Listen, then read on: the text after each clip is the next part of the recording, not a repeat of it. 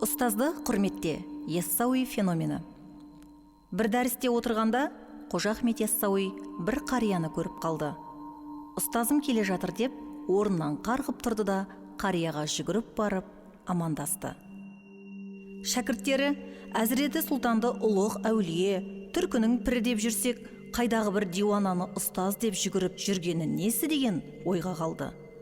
Яссауи бабамыз мұны сезеді. Қайтып келген соң бір мүриді: «Тақсыр, бейтаныс қарияның не кереметі бар, неге жүгіріп бардыңыз?» деді. «Бұл қарт маған қабаған итті күшік кезінен айыруды үйретіп еді. Сол үшін ұстаз санадым. Жүгіріп барып құрмет көрсеттім.